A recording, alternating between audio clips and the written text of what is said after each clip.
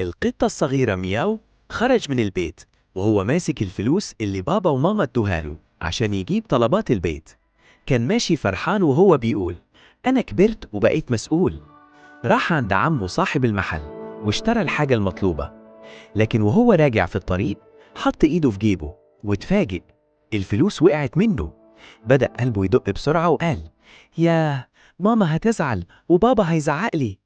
مياو فكر لحظة وقال: طب أعمل إيه؟ أرجع أقول لهم؟ ولا أسرق فلوس من حد وأجيب الحاجة عشان محدش يزعل مني؟ وقف لحظة وبص لنفسه في مراية عربية قريبة وقال بصوت واطي: لا، السرقة حرام حتى لو أنا خايف، الصح إني أقول الحقيقة. رجع البيت وهو خايف وقال لمامته: يا ماما، الفلوس وقعت مني وأنا كنت بفكر أعمل حاجة غلط عشان ما تزعلوش مني، بس خفت من ربنا.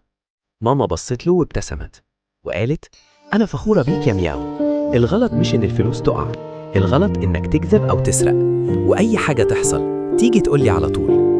ماما ادت له فلوس تاني وقالت له: روح هات الحاجة وخد كمان فلوس تجيب حاجة حلوة ليك عشان قلت الحقيقة.